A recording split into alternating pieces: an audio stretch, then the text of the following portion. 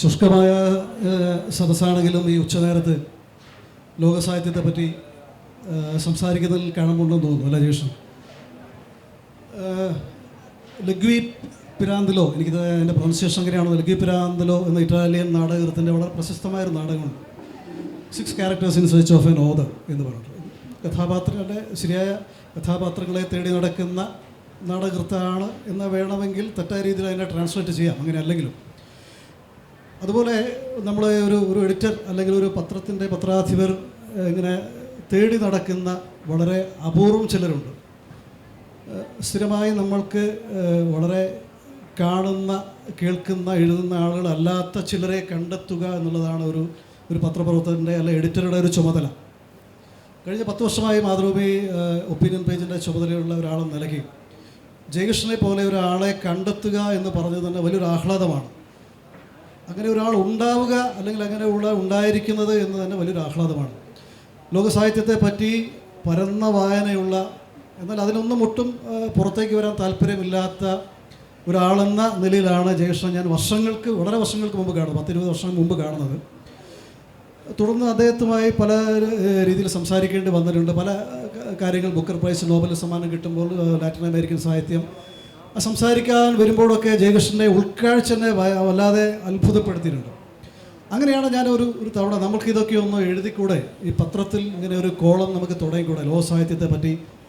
സാധാരണ എം കൃഷ്ണൻ നായർ സാറിൻ്റെ കോളം അതൊരു വ്യത്യസ്തമായ കോളമാണെങ്കിൽ കൂടെ അത് കഴിഞ്ഞതിന് ശേഷം പിന്നീട് അങ്ങനെ ഒരു ലോകസാഹിത്യത്തെ പച്ചയായ രീതിയിൽ അവതരിപ്പിക്കുന്ന ഒരു കോളം ഉണ്ടായിട്ടില്ല, വളരെ അക്കാദമിക് രീതിയിൽ.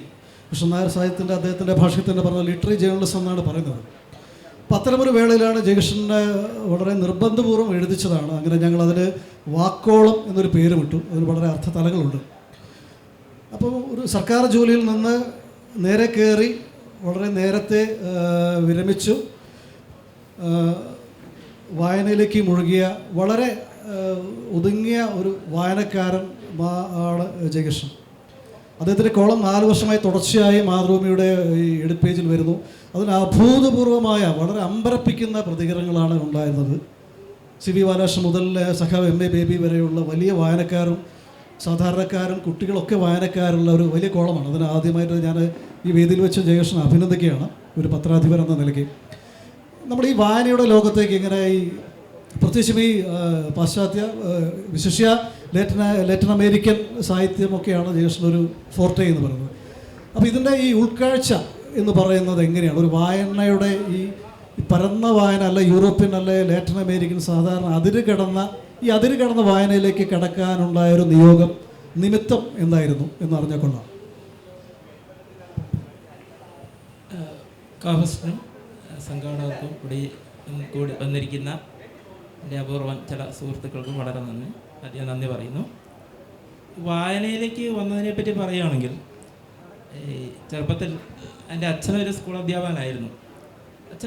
എനിക്കൊരു 8 വയസ്സുള്ളപ്പോൾ ഒരു പുസ്തകം വാങ്ങി തന്നു. അത് മാലി, നമ്മുടെ മാധവൻ നായരുടെ ഒരു പുസ്തകം, ബാലകഥാമാലി എന്നത്. അച്ഛൻ എങ്ങനെയാണ് ആ പുസ്തകത്തെ പറ്റി വിവരം കിട്ടിയതെന്ന് എനിക്കറിയില്ല. അച്ഛനൊരു പ്രൈവറ്റ് സ്കൂൾ മാഷായിരുന്നു. അപ്പോൾ ഈ പുസ്തകം എന്ന് പറഞ്ഞാൽ ലോകത്തുള്ള എല്ലാ മിത്തോളജികളുടെ ഒരു കളക്ഷനായിരുന്നു. അതിൻ്റെ അകത്ത് ഈ ലാറ്റിൻ അമേരിക്ക, മെക്സിക്കോ, പെറു തുടങ്ങിയ രാജ്യങ്ങളുടെ കഥകളുണ്ടായിരുന്നു. അപ്പോൾ ഇന്നിപ്പോൾ മാർക്കേസിനെ പോലെയുള്ള ആൾക്കാർ ആധാരമായി എടുക്കുന്നൊരു പുസ്തകമുണ്ട്. അവിടുത്തെ മായൻ ഇന്ത്യക്കാരുടെ ഒരു പുരാതന ഗ്രന്ഥം, പോപ്പൽ വൂ എന്നാണ് അതിൻ്റെ പേര്. ഈ പുസ്തകത്തിൻ്റെ ഒരു സംഗ്രഹീതമായിട്ടുള്ള ഒരു രൂപം ആ പുസ്തകത്തിലുണ്ടായിരുന്നു. ഈ ബാലകഥാമാലിയൊക്കെ അതുണ്ടായിരുന്നു. അപ്പോൾ എനിക്ക് ഇത് വായിച്ചപ്പോൾ അതുവരെ കേൾക്കാത്ത പേരുകൾ, ഹുൺ അബു, സബലാങ്ക് എന്നൊക്കെ പറയുന്ന പേരുകൾ, അതിൽ 8 വയസ്സുള്ള കുട്ടിക്ക് അത് എങ്ങനെയാണ് ഉൾക്കൊള്ളാൻ പറ്റിയെന്ന് എനിക്കറിയില്ല. പക്ഷെ അത് വല്ലാതെ എന്നെ എങ്ങനെയോ സ്വാധീനിച്ചു അത്. പിന്നീട് വളരെ കാലം കഴിഞ്ഞിട്ടാണ് മാർക്കേസിലൊക്കെ വായിക്കുമ്പോൾ ഞാനിത് അന്ന് വായിച്ച കാര്യങ്ങളാണല്ലോ എന്ന് എനിക്കൊരു തോന്നലുണ്ടായി. അങ്ങനെയൊക്കെയാണ് ഞാൻ ഈ വായനയിലേക്ക് കടന്നു വരുന്നതാണ് എനിക്ക് തോന്നുന്നത്. പിന്നെ എല്ലാവർക്കും അറിയാവുന്ന പോലെ നമ്മൾ പലരെയും ചെറുപ്പത്തിൽ സ്വാധീനിച്ചിട്ടുള്ള എം കൃഷ്ണൻ നായരുടെ സാഹിത്യ പാരമ്പര്യം. അപ്പോൾ അക്കാലത്തൊക്കെ എന്ന് വെച്ചിട്ടുണ്ടെങ്കിൽ ഏറ്റവും വലിയ പ്രശ്നം എന്ന് വെച്ചിട്ടുണ്ടെങ്കിൽ, ഈ കൃഷ്ണൻ നായർ ഇങ്ങനെ ലോകത്ത് എവിടെയും കേൾക്കാത്ത ഈ പുസ്തകങ്ങളെ പറ്റി പറയുമ്പോൾ ഇതൊന്നും വായിക്കാതെ ഞാൻ മരിച്ചു പോകുമോ എന്നുള്ളൊരു ഭയങ്കര പേടിയായിരുന്നു എനിക്കുണ്ടായിരുന്നത്. അപ്പം ഞാനതെല്ലാം ഇങ്ങനെ വളരെ ഒരു നോട്ട് ബുക്കിൽ എപ്പോഴും ഉണ്ട് എൻ്റെ കയ്യിൽ. ആ പുസ്തകങ്ങളൊക്കെ പേര് ഞാനിങ്ങനെ എഴുതി വെക്കുമായിരുന്നു. പിന്നീട് കുറേ കാലം കഴിഞ്ഞപ്പോൾ ഈ ആമസോണൊക്കെ വന്നപ്പോൾ ഇതെല്ലാം ലഭ്യമായി തുടങ്ങി.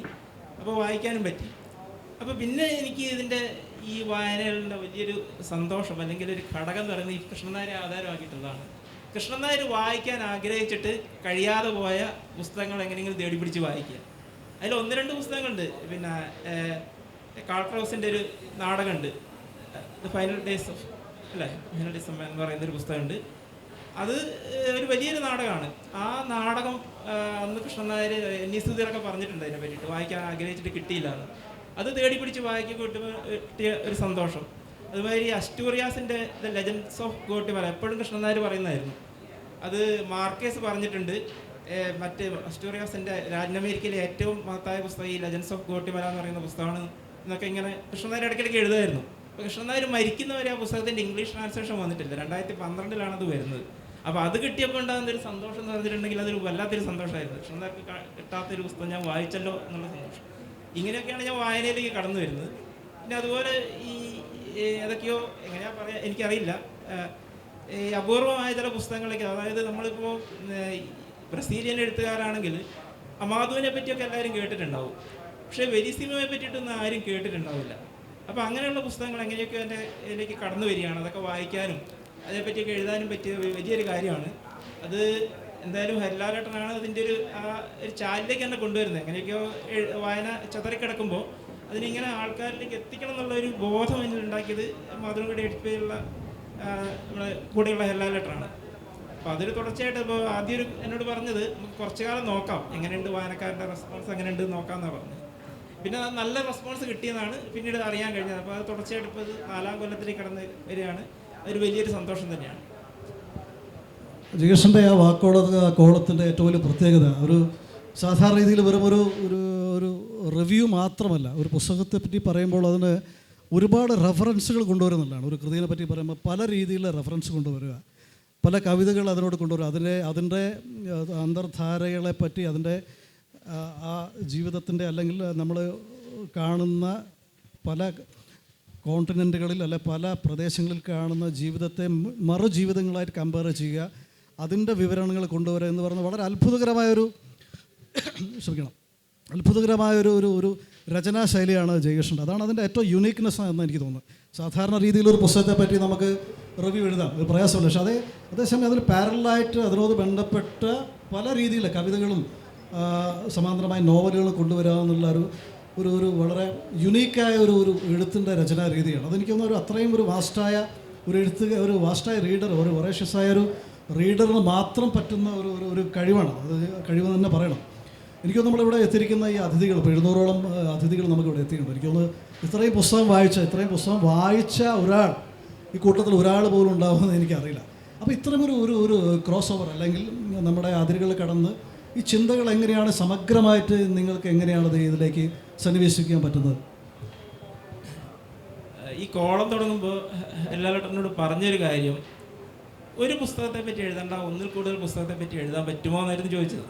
അപ്പോൾ എനിക്ക് തോന്നി ഒരു എഡിറ്റ് പേജിലുള്ള ചെറിയൊരു സ്പേസിൽ ഒന്നിൽ കൂടുതൽ പുസ്തകത്തെ പറ്റി എഴുതിയിട്ടുണ്ടെങ്കിൽ അതിനൊരു ഒരു സമഗ്രത വരില്ല എന്ന് എനിക്ക് തോന്നി. അപ്പോൾ വേറൊരു ചിന്ത കടന്നു വന്നത് എങ്ങനെയാണെന്ന് വെച്ചിട്ടുണ്ടെങ്കിൽ, ഈ പുസ്തകങ്ങളെല്ലാം എഴുതുന്നത് ഒരേ ഒരാളാണെന്നുള്ളൊരു ചിന്തയുണ്ട്, ഒരു ചിന്താഗതിയുണ്ട്. അത് ദൈവമൊന്നുമല്ല. ജോൺ ഡി എന്ന് പറയുന്നൊരു ഇംഗ്ലീഷ് ജ്യോതിശാസ്ത്രജ്ഞ, മാന്ത്രികനൊക്കെ ആയിരുന്നു അദ്ദേഹത്തിൻ്റെ ഒരു കൺസെപ്റ്റ് ഉണ്ട്, ദ എറ്റേണൽ ഒറാങ്ങുട്ടാൻ എന്ന് പറയുന്നൊരു കൺസെപ്റ്റ് ഉണ്ട്, നിത്യവാനരൻ. അത് പറയുന്നത് എന്താണെന്ന് വെച്ചിട്ടുണ്ടെങ്കിൽ, ഈ നമ്മൾ എഴുതുന്ന ഈ പുസ്തകങ്ങളെല്ലാം ഈ നിത്യവാനരനാണ് എഴുതുന്നതെന്നാണ്, ഈ ഒറാങ്ങുട്ടാൻ. അതായത് ഷേക്സ്പിയർ ആയാലും സർവാൻറ്റീസ് ആയാലും അവിടെ നിന്ന് ഇങ്ങോട്ട് വന്ന് OV വിജയൻ ആയാലും അവസാനത്തെ ഞാൻ വരെ എഴുതുന്ന പുസ്തകങ്ങളൊക്കെ ഈ ഒറാങ്ങുട്ടാൻ എഴുതിയതാണ് പോലും. എന്നിട്ട് അതിന് ഓരോ ഓതറുടെ പേര് കൊടുക്കുകയാണ്.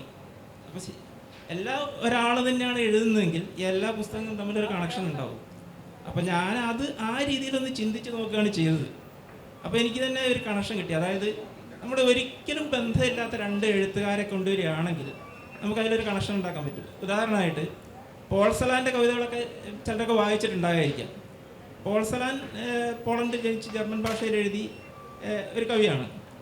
പക്ഷെ അദ്ദേഹത്തിൻ്റെ ഈ കവിതയുടെ ചില മിന്നലാട്ടങ്ങൾ അർജൻറ്റീനയിലുള്ള അലഹാന്ദ്ര ബിസാർണിക്കലിൻ്റെ കവിത വായിച്ചിട്ടുണ്ടെങ്കിൽ നമുക്ക് തോന്നും. അതായത് ഒരു വഴിയിൽ നമുക്ക് പോൾസലാൻ്റെ ഒരു പുസ്തകത്തിൻ്റെ ഒരു പേപ്പർ കിട്ടുക, കൂടെ നമുക്ക് അലഹാന്ദ്ര ബിസാർണിക്കലിൻ്റെ ഒരു കവിതയുടെ ഒരു പേപ്പർ കിട്ടുകയാണെങ്കിൽ ഇത് വായിക്കുമ്പോൾ ചിലപ്പോൾ നമുക്ക് ഈ രണ്ടും ഒരേ ഒരാൾ എഴുതിയാണ് നമുക്ക് തോന്നിപ്പോവും. കാര്യം ഇവർ തമ്മിൽ യാതൊരു സാദൃശ്യമില്ല. ഒരാൾ ലാറ്റിൻ അമേരിക്കയാണ്, ഒരാൾ രണ്ടാം ലോക മഹായുദ്ധ കാലത്ത് പോളണ്ടിൽ ജീവിച്ച് ഒരു കവിയാണ്. പക്ഷെ എന്തായാലും അവർ തമ്മിൽ എന്തോ ഒരു ബന്ധമുണ്ട്. ഇവർ തമ്മിൽ ആകെ ഒരു ബന്ധം എന്ന് പറയാൻ പറ്റുന്നത് ഇവർ രണ്ടാളും സൂയിസൈഡ് ചെയ്തതെന്ന് മാത്രമാണ്. അപ്പോൾ തന്നെ ഇവർ കടന്നു പോയ ചിന്ത ഏതൊക്കെയോ തലത്തിൽ പരസ്പരം സ്പർശിക്കുന്നുണ്ട് എന്നാണ് നമുക്കതിൽ നിന്ന് മനസ്സിലാകുന്നത്. അപ്പോൾ എനിക്ക് എൻ്റെ ഈ വായനയുടെ ഒരു പ്രശ്നം എന്ന് പറഞ്ഞിട്ടുണ്ട്, പ്രശ്നമോ അല്ലെങ്കിൽ അതിൻ്റെ എന്താ വാക്കെന്ന് എനിക്കറിയില്ല. ഒരേ സമയത്ത് ഈ ഒരു പുസ്തകം വായിക്കുമ്പോൾ പല പുസ്തകങ്ങളുടെ കാര്യങ്ങൾ ഇതിലേക്ക് കടന്നു വരും. ഞാനൊരു നോവൽ എഴുതിയിട്ടുണ്ട്, ആർക്കെങ്കിലും അറിയുമെന്ന് എനിക്കറിയില്ല. അപ്പോൾ അതിൻ്റെ അകത്ത് ഇങ്ങനെ ഒരു സാധനമുണ്ട്, ഈ ചിത്രകഥയിലെ അനുഭൂതങ്ങൾ. ചിലരൊക്കെ ഒരു പ്രശ്നമായിട്ടും ചിലരതൊരു വലിയ കാര്യമായിട്ടും പറഞ്ഞിട്ടുണ്ട്. ഒരേ സമയത്ത് തന്നെ ഈ അതിൻ്റെ അകത്ത് കവിതയും ചിത്രങ്ങളും പിന്നെ ഈ മലയാളത്തിൽ നടക്കുന്ന ഒരു മലയാളിയായിട്ടുള്ള കഥാപാത്രം ലോക കവിതയിലുള്ള പല കാര്യങ്ങളും ലോക കവിതയായിട്ടല്ല പറയുന്നത്, അയാളുടെ ചില ചിന്തകളായിട്ട് പറയുന്നുണ്ട്. അപ്പം അങ്ങനെയുള്ള ചില കാര്യങ്ങൾ ഒരേ സമയത്ത് കണക്ട് ചെയ്യാനുള്ള ഒരു കാര്യം ഇതിലേക്ക് വരുന്നുണ്ട്. അതുകൊണ്ടാണ് ഒരേ സമയത്ത് തന്നെ എനിക്ക് ചിലപ്പോൾ ഞാൻ ഈ വായന നിങ്ങൾ വായിക്കുകയാണെങ്കിൽ അവർ തമ്മിൽ ഒരു ബന്ധമില്ലെന്ന് തോന്നിയേക്കാം. അങ്ങനെയാണ് ഏതായാലും ഈ ഒരു ബന്ധം, അതായത് ഈ പരസ്പരം കണക്ട് ചെയ്തുകൊണ്ട് ഒന്നിലധികം പുസ്തകങ്ങളെ ഇതിൻ്റെ അകത്തേക്ക് കൊണ്ടുവരാൻ എനിക്ക് കഴിയുന്നതാണ് എനിക്ക് തോന്നുന്നത്. നേരത്തെ പറഞ്ഞ പോലെ ഇത് most heterogeneous ideas R യോക്ക്ഡ് in violence together എന്നൊരു പ്രയോഗമുണ്ട്. ജോൺ ഡൺ എന്നുള്ള കവിയുടേതാണ്. പരസ്പര ബന്ധമില്ലാത്ത, പ്രത്യക്ഷത്തിൽ പരസ്പര ബന്ധമില്ലാത്ത രണ്ട് കാര്യങ്ങളെ കണക്ട് ചെയ്യാന്ന്. പക്ഷെ അത് ഇവിടെ എനിക്ക് വളരെ അത്ഭുതമായി തോന്നിയത് ഈ പറഞ്ഞ പോലെ യാതൊരുവിധ ദേശീയ വീക്ഷണ ബന്ധവുമില്ലാത്ത രണ്ട് പേരുടെ, ഒട്ടും സാദൃശ്യമില്ലാത്ത രണ്ട് പേരെ വളരെ മനോഹരമായിട്ട് അതിനെ സന്നിവേശിക്കാൻ പറ്റിയെന്നുള്ളതാണ് അതിൻ്റെ ഒരു വിജയം. നമ്മൾ ഈ പുസ്തക വായന എന്ന് പറഞ്ഞാൽ പ്രത്യേകിച്ച് ലാറ്റിൻ അമേരിക്കൻ അല്ലെങ്കിൽ പശ്ചിമ യൂറോപ്യൻ യൂറോപ്യൻ വായനകളിൽ നമ്മൾ ഇതിൻ്റെ ട്രാൻസ്ലേഷൻ വലിയൊരു ബുദ്ധിമുട്ടുള്ളതാണ്. അപ്പോൾ ഈ പറഞ്ഞ പോലെ ട്വൈസ് അവേ ഫ്രം റിയാലിറ്റി എന്ന് പറഞ്ഞൊരു പ്രോസസ്സിൻ്റെ പോലെ നമ്മളിത് വായിക്കുന്ന ഒറിജിനൽ കൃതിയിൽ നിന്ന് കിട്ടുന്നതല്ല നമുക്ക് കിട്ടുന്നത്. അപ്പോൾ ചില സമയം നമ്മൾ ജേഷൻ വായിക്കുന്ന രീതി അല്ലെങ്കിൽ മനസ്സിലാക്കുന്ന രീതി ആയിരിക്കില്ല വേറൊരാൾ വായിക്കുന്നുണ്ടാവുക. അപ്പോൾ ഇതൊരു വലിയ ചാലഞ്ചല്ല ഒരു വായനക്കാരെ സംബന്ധിച്ചുള്ള. പ്രത്യേകിച്ച് നമ്മളൊരു ഭാഷാ രീതിയും അല്ലെങ്കിൽ പുറത്തുള്ള പ്രത്യേകിച്ച് ഒരു സർമാഗുൻ്റെ ഒക്കെ ഭാഷാ രീതി വ്യത്യസ്തമാണ്. നമ്മൾ വായിക്കുന്ന നേർക്കാണുന്ന ഒരു വായനയല്ല, അതിൻ്റെ ഒരു അതിവായനയാണ് ഉണ്ടാകുന്നത്. ഇതിനെങ്ങനെയാണ് ഒരു ഡിസൈഫർ ചെയ്തെടുക്കുന്നത് എന്ന് തോന്നിയിട്ടുണ്ട് പലപ്പോഴും. അത് എനിക്ക് തോന്നുന്നത് ഞാൻ നേരത്തെ പറഞ്ഞ ഉദാഹരണം വേറെ രീതിയിൽ നമുക്ക് പറയാൻ പറ്റും. ഈ പല രാജ്യങ്ങളിലും ഏതൊക്കെയോ ചിന്തകൾ ഒരേ സമയത്ത് ഒരേ രീതിയിൽ വരുന്നുണ്ട്.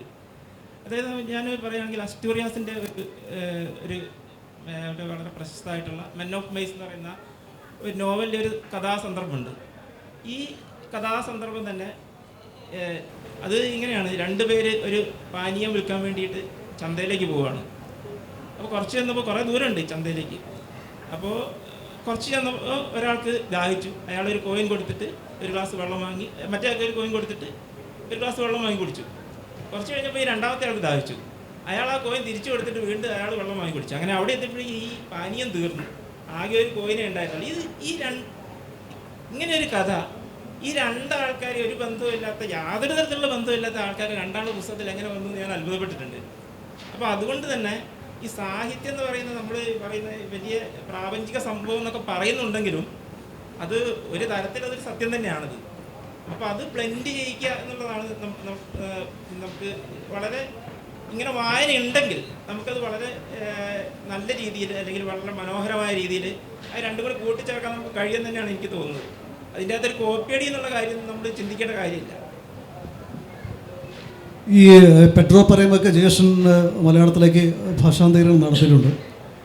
മാർക്കേസൊക്കെ എഴുത്ത് മുട്ടി എന്ന് കാണുമ്പോൾ വായിക്കുന്നൊരു കൃതിയായിട്ടാണ് പെട്രോ പറമ്പിനെ പറ്റി പലപ്പോഴും പറഞ്ഞു കേട്ടുള്ളത്. ഈ വിവർത്തകൻ എന്ന നിലയിൽ ഇത്തരം ഒരു വളരെ ബൃഹത്തും കോംപ്ലിക്കേറ്റുമായൊരു നോവലിനെ മലയാളത്തിൽ പരിഭാഷപ്പെടുത്തുക എന്നുള്ളത് ഒരു അസാധ്യമായൊരു സ്കില്ലിനുപരി ഒരു ധൈര്യം കൂടി വേണം. അപ്പോൾ അതെങ്ങനെയാണ് അതിനെ കാണുന്നത്? ആ ധൈര്യം എങ്ങനെ കൈവന്നു? ഈ വായന തന്നെയാണോ, തുടരെയുള്ള വായനയാണോ?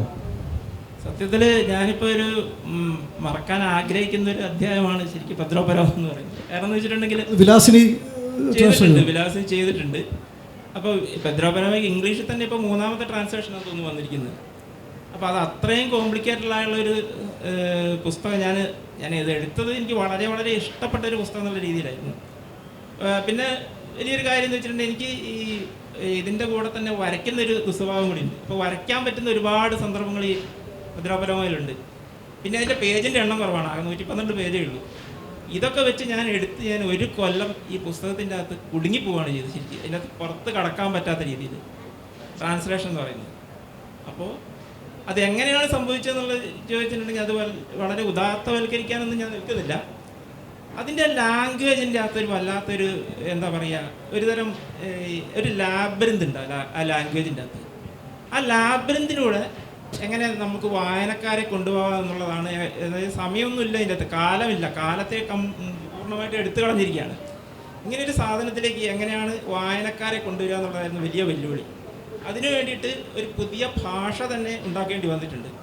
അപ്പോൾ അതുകൊണ്ടാണ് ഞാൻ പറഞ്ഞത്, ഇനി വീണ്ടും അങ്ങനെ ഒരു പുസ്തകം എടുക്കേണ്ടി വന്നിട്ടുണ്ടെങ്കിൽ, ഞാനൊരു പുസ്തകം എടുത്തതാണ്, ഞാൻ എന്നിട്ട് അത് അതേപടി അവിടെ താഴെ വെച്ചു. അത് ഒരു വേറെ സ്പാനിഷ് എഴുത്തുകാരൻ്റെ ഒരു ഫെർലോഷിയോ, റാഫേൽ സാഞ്ചസ് ഫെർലോഷിയോടെ എനിക്ക് ഭയങ്കരമായിട്ട് വളരെ വളരെ ഇഷ്ടപ്പെട്ടൊരു പുസ്തകമുണ്ട്. അത് എത്ര ആൾക്കാർ വായിച്ചിട്ടുണ്ടെന്ന് എനിക്കറിയില്ല. The adventures of ingenious Alfanhui എന്ന് പറഞ്ഞിട്ടുള്ള, ഇവിടെ ഇരിക്കുന്ന കുറച്ച് ആൾക്കാരൊക്കെ അത് പിന്നീട് വായിക്കേണ്ടായിട്ടുണ്ട്. ആ ഒരു പുസ്തകം ഞാൻ എടുത്തിട്ട്, അതെന്ന് വെച്ചിട്ടുണ്ടെങ്കിൽ ഭാവനയുടെ അങ്ങേയറ്റത്തുന്ന ഒരു പുസ്തകമാണ്. അതായത് അതിൻ്റെ അകത്തുള്ളൊരു കൺസെപ്റ്റ് ഞാൻ പറഞ്ഞുതരാം. നമ്മൾ ഒരു ഫ്ലൂട്ട് വായിക്കുകയാണെങ്കിൽ എങ്ങനെയാണ് നിശബ്ദതയിൽ ഫ്ലൂട്ടിൻ്റെ ശബ്ദം, അതാണ്, അല്ലെങ്കിൽ ശബ്ദത്തിനിടയിലുള്ള ഫ്ലൂട്ടിൻ്റെ ശബ്ദം, അതാണ് ചെയ്യുന്നത്. ഇതിൻ്റെ അകത്ത് പറയുന്ന ഫ്ലൂട്ട് എങ്ങനെയാണെന്ന് വെച്ചിട്ടുണ്ടെങ്കിൽ ഭയങ്കര ശബ്ദ കോലാഹലമായുള്ള ഒരു അന്തരീക്ഷം, അതിലൂടെ നിശബ്ദതയുടെ തരംഗങ്ങൾ സൃഷ്ടിക്കുന്ന ഒരു ഫ്ലൂട്ട്. അതെങ്ങനെയാണ് നമുക്ക് സങ്കല്പിക്കാൻ പോലും പറ്റുമെന്ന് എനിക്കറിയില്ല. അപ്പോൾ അങ്ങനെയുള്ള കാര്യങ്ങളുള്ള പുസ്തകം ഞാൻ എടുത്ത് അതേപടി, അത് പറഞ്ഞ പോലെ ചെറിയൊരു പുസ്തകമായിരുന്നു, അതേപടി താഴെ വയ്ക്കുകയാണ് ചെയ്തത്. അപ്പോൾ ഈ വിവർത്തനം എന്ന് പറയുന്നത് അത്ര എളുപ്പമുള്ള ഒരു കാര്യമാണെന്ന് എനിക്ക് തോന്നുന്നില്ല. നേരത്തെ പറഞ്ഞ ലാബ്രിന്തിൻ്റെ കാര്യം പറഞ്ഞു, ബോറോസിൻ്റെ ഒക്കെ ലാബ്രിന്ത് നമുക്ക് വളരെ വിഖ്യാതമായി പരിചയമുള്ളതാണ്. ഈ എഴുത്ത് 2 രീതിയുണ്ട്. ഒന്ന് വളരെ സ്കിൽഫുള്ളായിട്ട് ഒരു സെറ്റ് ഓഫ് ഉണ്ടാക്കി വെച്ച് അതിൻ്റെ പാരാമീറ്റേഴ്സൊക്കെ വെച്ച് എഴുതുക, വളരെ ക്രാഫ്റ്റഡായിട്ട് എഴുതുക. മറ്റൊന്ന് ഉന്മാദമാണ്. ഉന്മാദത്തിൽ നിങ്ങൾ എഴുതുക, എഴുതി പോവുക എന്നുള്ളതാണ്. അപ്പോൾ എനിക്ക് തോന്നുന്നു പലപ്പോഴും നമ്മൾ ഉന്മാദികളായ എഴുത്തുകാർ എഴുതുമ്പോൾ നമുക്കതിനെ പ്രയാസമായി കിട്ടാറ്. ഒരുപക്ഷെ അവർക്ക് തന്നെ വീണ്ടും അതേപോലെ എഴുതണമെന്ന് പറ്റണമെന്നില്ല. അപ്പോൾ ഈ അവസ്ഥകളെ, ഈ പുസ്തകങ്ങൾ, ഈ 2 ശൈലി വ്യത്യാസങ്ങളെ പലപ്പോഴും ജിഗേഷൻ കണ്ടിട്ടുണ്ടാവും. വളരെ സ്കിൽഫുള്ളായിട്ട് ഇപ്പോൾ കുത്തും കോമയൊന്നും ഇല്ലാതെ ഇങ്ങനെ അനവരതം പോകുന്ന ഭാഷ പറ്റി നമ്മൾ ഈയിടെ സംസാരിക്കേണ്ട പുതിയ ബുക്കർ പ്രൈസ് കിട്ടിയവരുടെ. സമയം ലാറ്റിൻ അമേരിക്ക, മിക്കവാറും ലാറ്റിൻ അമേരിക്കൻ സാഹിത്യമാരെ, പ്രത്യേകിച്ച് ബോറസിനെ പോലെയുള്ള സർമാഗർ പോലുള്ള ആൾക്കാരുടെ ഉന്മാദമുണ്ടല്ലോ, അതെങ്ങനെയാണ് അതിനെ കാണുന്നത്? അങ്ങ് എഴുതി പോവുകയാണ്. അതിൻ്റെ ഒരു പക്ഷേ ഒരു എഴുത്തുകാരൻ്റെ ഉന്മാദവും ഒരു എഴുത്തുകാരൻ്റെ സ്കില്ലും അതെങ്ങനെയാണ് നമുക്ക് വേർതിരിച്ച് കാണാൻ പലപ്പോഴും പറ്റുന്നത്? എഴുത്തിൻ്റെ ഉന്മാദം എന്ന് പറഞ്ഞിട്ടുണ്ടെങ്കിൽ പറഞ്ഞവർ നമ്മുടെ ക്രാസ്നഹോർക്കായുടെ നോവലുകൾ എടുത്ത് വായിച്ച് നോക്കണം. കഴിഞ്ഞ പ്രാവശ്യത്തെ നോവൽ പ്രൈസ് കിട്ടിയ ക്രാസ്നഹോർക്കായുടെ നോവൽ എടുത്ത് വായിച്ച് നോക്കുകയാണെങ്കിൽ അതിൻ്റെ അകത്ത് ഒറ്റ സെൻറ്റൻസാണ്, അതായത് 400ഓളം പേജ്. ഇത് നമുക്ക് തോന്നുന്നൊരു എന്താ പറയുക, ഒരു എങ്ങനെ എഴുതണം എന്ന് വിചാരിച്ച് എഴുതിയൊരു കാര്യമല്ല. അതങ്ങനെ വന്നു പോവാണ്, അതങ്ങനെ എഴുതാൻ പറ്റും. അത് നമ്മൾ ആ രീതിയിൽ എടുക്കുകയാണെങ്കിൽ നമുക്ക് അത് നന്നായിട്ട് അത് വായിക്കാൻ പറ്റും. മറിച്ച് ഇതെന്തോ ഒരു വലിയ കാര്യം ഇയാൾ ചെയ്തു വെച്ചതാണല്ലോ, അല്ലെങ്കിൽ ഇങ്ങനെ മനഃപൂർവ്വം ചെയ്തതാണല്ലോ എന്ന് വിചാരിച്ചിട്ടുണ്ടെങ്കിൽ നമുക്കത് വായിക്കാൻ പറ്റില്ല. നമുക്ക് ഒരു ഉദാഹരണം എടുക്കുകയാണെങ്കിൽ ഭാവന എന്ന് പറയുന്ന സാധനത്തിന് യാതൊരു അറ്റവുമില്ല. അത് ഏറ്റവും അധികം നമുക്ക് ചെയ്യാൻ പറ്റുന്നത് എഴുത്തിലൂടെ തന്നെയാണ്. ചിത്രകലയിലും സംഗീതത്തിലൊക്കെ അതിനൊരു പരിമിതി ഉണ്ടെന്നാണ് എനിക്ക് തോന്നുന്നത്. എഴുത്തിൽ പക്ഷേ അതില്ല. ഉദാഹരണത്തിന് ഒരു റഷ്യൻ എഴുത്തുകാരിയുണ്ട്, ഒരു ലുദ്മില പെത്രുഷോവ്സ്കായ എന്ന് പറഞ്ഞിട്ട് പ്രാവശ്യം നോവൽ പ്രൈസ് കിട്ടുമെന്നൊക്കെ പലരും വിചാരിച്ചിരുന്നതാണ്. അവരുടെ ഒരു കഥയുണ്ട്, ദ ക്യാബേജ് പാച്ച് മദർ എന്നാണ് ആ കഥയുടെ പേര്. ആ കഥ എന്ന് പറഞ്ഞിട്ടുണ്ടെങ്കിൽ ഇതാണ്, ഒരു സ്ത്രീക്ക്, പിന്നെ ആരും ഇല്ലാത്തൊരു സ്ത്രീക്ക് ക്യാബേജിൻ്റെ ഉള്ളിൽ നിന്ന് ഒരു കുട്ടിയെ കിട്ടുന്നു, ഒരു മഞ്ഞുതുള്ളിയുടെ വലിപ്പമുള്ള ഒരു കുട്ടി. എന്നിട്ട് ആ കുട്ടിയെ അവസാനം ഒരു ഘട്ടത്തിൽ അവർക്ക് ഉപേക്ഷിക്കേണ്ടി വരികയാണ്. ഇതിൻ്റെ അകത്ത് എന്നിട്ട് അവർക്ക് ഉപേക്ഷിച്ചിട്ട് കുറച്ച് ദിവസം കഴിഞ്ഞ് അവർ മന്ത്രവാദി പറഞ്ഞിട്ടാണ് അവർ ഉപേക്ഷിക്കുന്നത്. കുറച്ച് ദിവസം കഴിഞ്ഞിട്ട് അവർ ചെന്ന് നോക്കുകയാണ്. അവർക്ക് മന്ത്രവാദി പറഞ്ഞിട്ട് തിരിഞ്ഞു നോക്കരുതെന്ന് പറഞ്ഞിട്ട് ചെന്ന് നോക്കുമ്പോൾ ആ വളരെ മനോഹരിയായിട്ടുള്ള സുന്ദരിയായ പെൺകുട്ടിക്ക് പകരം, ആ ചെറിയ പെൺകുട്ടിക്ക് പകരം ഒരു വലിയ തലയൊക്കെ ഉള്ളൊരു മറ്റൊരു പെൺകുട്ടിയാണ് അവിടുന്ന് കിട്ടുന്നത്. പക്ഷേ എന്നിട്ടും ഈ കുട്ടിയെ ഉപേക്ഷിക്കാൻ അവർക്ക് മനസ്സ് വരുന്നില്ല. അപ്പോൾ അത് എന്താ പറയുക, അത് നമുക്ക് എങ്ങനെ വേണമെങ്കിലും വ്യാഖ്യാനിക്കാം. ആ കാലത്തെ റഷ്യയിൽ ഇവർ വളരെയധികം കമ്മ്യൂണിസ്റ്റ് റഷ്യയിൽ നിന്ന് വളരെയധികം പീഡനങ്ങൾ നേരിട്ട ഒരു എഴുത്തുകാരിയാണ്. ആ രീതിയിൽ നമുക്ക് പിന്നെ ആവിഷ്കരിക്കാൻ പറ്റും. അല്ലെങ്കിൽ സ്ത്രീയുടെ എക്കാലത്തെ ഒരു സത്വപ്രതിസന്ധി എന്ന രീതിയിൽ നമുക്ക് എടുക്കാൻ പറ്റും. എങ്ങനെ എടുത്തിട്ടുണ്ടെങ്കിലും പറഞ്ഞില്ല, ആ എഴുത്തിൻ്റെ ഈ പറഞ്ഞ എല്ലാവരായിട്ടും പറഞ്ഞ ഉന്മാദം തന്നെയാണ് അതിൻ്റെ അകത്ത് മുന്നോട്ട് നിൽക്കുന്നത്. അതുതന്നെയാണ് ശരിക്കും നമ്മളെ ആ ഉന്മാദം ഉണ്ടെങ്കിൽ തന്നെ നമുക്ക് വായനയും നമുക്ക് നമ്മളെ സ്വാധീനമല്ല. വളരെ ഈ എന്താ പറയുക, വളരെ പ്ലെയിനായിട്ട് എഴുതി പോകുന്നൊരു പുസ്തകം നമ്മളെ വളരെ പെട്ടെന്ന് മടുപ്പിക്കും. ഈ ഉന്മാദം തന്നെയാണ് എഴുത്തെന്ന പോലെ തന്നെ വായനയും മുന്നോട്ട് കൊണ്ടുപോകുന്നതാണ് എനിക്ക് പറയാനുള്ളത്. നമുക്കിനി ചോദ്യങ്ങളിലേക്ക് കിടക്കാൻ തോന്നുന്നു. ഇത് സംസാരിച്ചാൽ എത്ര വേണമെങ്കിൽ സംസാരിക്കാം. ജ്യേഷ്ഠൻ പറഞ്ഞ പോലെ ഈ ചെറിയൊരു എനിക്കൊരു അഭിപ്രായ വ്യത്യാസമല്ല. എനിക്ക് തോന്നുന്നു ഈ നോവലിസ്റ്റുകളെ എഴുതുന്നേക്കാൾ ഈ കോംപ്ലക്സ് ആയിട്ട് എഴുതുന്നതിൽ പരാജയപ്പെട്ട നോവലിസ്റ്റുകളാണോ ചിത്രകാരമായി മാറുന്നതെന്ന് എനിക്ക് സംശയമുണ്ട്. ഈ പറഞ്ഞ് ഫലിപ്പിക്കാൻ പറ്റാത്ത നിങ്ങൾക്ക് ചിത്രങ്ങളുടെ വൈചിത്രം കൊണ്ട് കാണിക്കാൻ പറ്റുന്ന ഞാനൊരു ചെറിയ അഭിപ്രായം കൂടി പറയുകയാണ്. അപ്പോൾ നമുക്കിത് വൈൻഡപ്പ് ചെയ്യുന്നതിന് മുമ്പ് നമുക്ക് നമ്മുടെ ഇവിടുന്ന് കുറച്ച് ചോദ്യങ്ങൾ സ്വീകരിക്കാൻ തോന്നുന്നു ജയകൃഷ്ണനോട്. ഞാനിപ്പോൾ ജയകൃഷ്ണനൊരു 2 ആഴ്ച മുമ്പല്ലേ പരിചയപ്പെട്ടത് ഫോണിൽ. അദ്ദേഹത്തിൻ്റെ വാക്കോളം ഞാൻ വായിച്ചിട്ടില്ല. ഞാൻ മലയാളം പത്രം വായിക്കുന്ന ശീലമില്ല എനിക്ക്. അപ്പോൾ ചിത്രകഥയിൽ അവൻ്റെ ഭൂതങ്ങൾ എന്നുള്ള പുസ്തകം വായിച്ചപ്പോൾ എനിക്ക് വല്ലാത്ത ഒരു, കാരണം അതിന് ഈ ആഫ്രിക്കൻ കഥകളുടെ ഒരു സാമ്യം ആ ചിത്രങ്ങളൊക്കെ ചേർന്ന്. അപ്പോൾ ഞാൻ ജയകൃഷ്ണനോട് ചോദിച്ചപ്പോൾ ജയകൃഷ്ണൻ ഞാൻ വളരെ ബോധപൂർവ്വം എഴുതിയതാണെന്ന് പറഞ്ഞു. പക്ഷെ എനിക്കിപ്പോൾ തോന്നുന്നത് ഉന്മാദത്തിൽ എഴുതിയതാണെന്ന് തോന്നി ഇപ്പോൾ പറഞ്ഞപ്പോൾ. എന്താണ് ജയകൃഷ്ണൻ പറയണത്? അത് എങ്ങനെ വേണമെങ്കിലും എടുക്കാം. കാരണം അത് വായനക്കാരൻ്റെ സ്വാതന്ത്ര്യമാണ്. ഞാൻ കൂടുതലൊന്നും പറയുന്നില്ല, എങ്ങനെ വേണമെങ്കിലും എടുക്കാവുന്ന കാര്യമാണ്. എന്നാൽ എഴുത്ത് കഴിഞ്ഞാൽ പിന്നെ എഴുത്തുകാരൻ അതിനെപ്പറ്റി അഭിപ്രായം പറയേണ്ട കാര്യമില്ല. നിങ്ങൾ എന്താണ് തീരുമാനിക്കുന്നത് വെച്ചിട്ടുണ്ടെങ്കിൽ. പക്ഷേ അതിനകത്ത് ബോധപൂർവമായിട്ടുള്ള ഒരു കാര്യമുണ്ട് എന്തായാലും. കാരണം എന്ന് വെച്ചിട്ടുണ്ടെങ്കിൽ നിലവിലുള്ള ക്രാഫ്റ്റിൻ്റെ അകത്തുനിന്ന് മാറി നടക്കാൻ എനിക്കൊരാഗ്രഹം ഉണ്ടായിരുന്നു. അപ്പോൾ അതുകൊണ്ടാണ് ഞാൻ ഈ നാടോടിക്കഥകളെയും ചിത്രങ്ങളെയും കവിതകളെയും എല്ലാം കൂടി ചേർത്തിട്ട് അതിന് ബോധപൂർവമായിട്ട് ശ്രമം നടന്നിട്ടല്ല. അതിൻ്റെ മഹത്തായ പ്രതിഭയിൽ നിന്നുണ്ടായതാണെന്ന് ഞാൻ പറയുന്നില്ല. അങ്ങനെ ഒരു സംഭവം ഞാൻ ചെയ്തിട്ടുണ്ട് തീർച്ചയായിട്ടും. അത് പിന്നെ എത്രത്തോളം ഫലപ്രദമായി എന്നുള്ള കാര്യമാണ് എനിക്കറിയില്ലാത്തത്. വായനക്കാരാണ് തീരുമാനിക്കേണ്ടത്. അത് എനിക്ക് പറയാനുള്ളത്. ഞാൻ ചോദിക്കുന്നത് ഒരു പക്ഷേ ഞാൻ ചിത്രകാരി ആയതുകൊണ്ടായിരിക്കും. പലപ്പോഴും ഈ എഴുത്തും ചിത്രകലയും അല്ലെങ്കിൽ ഒരു ഭാഷ തുടങ്ങിയിട്ട്, അപ്പം മലയാളം തുടങ്ങിയിട്ട് ഇംഗ്ലീഷിൽ എഴുതുകയാണെങ്കിൽ അങ്ങനത്തെ ഒരു ഫോം, അങ്ങനത്തെ ഒരു ഫോം ഉള്ള വർക്കുകൾ, ഞാൻ ചിത്രവും എഴുത്തും മാത്രമല്ല, ഒന്നിൽ കൂടുതൽ ഭാഷകൾ ഒരു പുസ്തകത്തിൽ, അങ്ങനെ ഒരു ഫോമിനെ കുറിച്ച് ആലോചിച്ചിട്ടുണ്ടോ? ചിത്രകല എഴുത്തും തമ്മിൽ ഞാൻ പറഞ്ഞില്ലേ, നേരത്തെ പറഞ്ഞ ഈ ഫെറോഷിയുടെ പുസ്തകം പറഞ്ഞില്ല, നിറയെ ചിത്രങ്ങളാണ് ശരിക്കുള്ളത്. അതിൻ്റെ അകത്ത് പറയുന്നുണ്ട്, ഒരാളെ അയാൾ കണ്ടുമുട്ടുന്നുണ്ട്. അയാളുടെ തലയിൽ ഒരു പക്ഷി കൂട് കെട്ടി അത് മുട്ടയിട്ട് വിരിയിച്ച് പോകുന്നൊക്കെ കാര്യങ്ങൾ. അത് നമുക്കൊരു ചിത്രമായിട്ട് വേണമെങ്കിൽ വരയ്ക്കാൻ പറ്റും. ഒരു സറിയലിസ്റ്റിക് ചിത്രമാണ് ശരിക്കും. ദാലിക്കൊക്കെ വരയ്ക്കാൻ പറ്റുന്നൊരു ചിത്രമാണത്. അപ്പോൾ ആ രീതിയിൽ നമുക്ക് വാക്കുകളും ചിത്രങ്ങളും തമ്മിൽ എന്തായാലും വാഗ്മയ ചിത്രങ്ങൾ എന്നുള്ള വലിയ വാക്കൊന്നും ഉപയോഗിക്കേണ്ട ആവശ്യമില്ല. അല്ലാതെ തന്നെ പലപ്പോഴും ഇതിൻ്റെ അകത്തൊരു വിഷ്വലായിട്ടുള്ള ഒരു വരുന്നുണ്ട് എന്തായാലും. അതുകൊണ്ടാണ് പലപ്പോഴും നമ്മൾ ഈ നോവലുകളൊക്കെ ആസ്പദമാക്കിയിട്ട് സിനിമകളൊക്കെ ഉണ്ടാകുന്നത്. അതുകൊണ്ടാണ് എനിക്ക് തോന്നുന്നത്. അതിൻ്റെ അകത്ത് അങ്ങനെ ഒരു വിഷ്വലായിട്ടുള്ളൊരു കാര്യമുണ്ട്.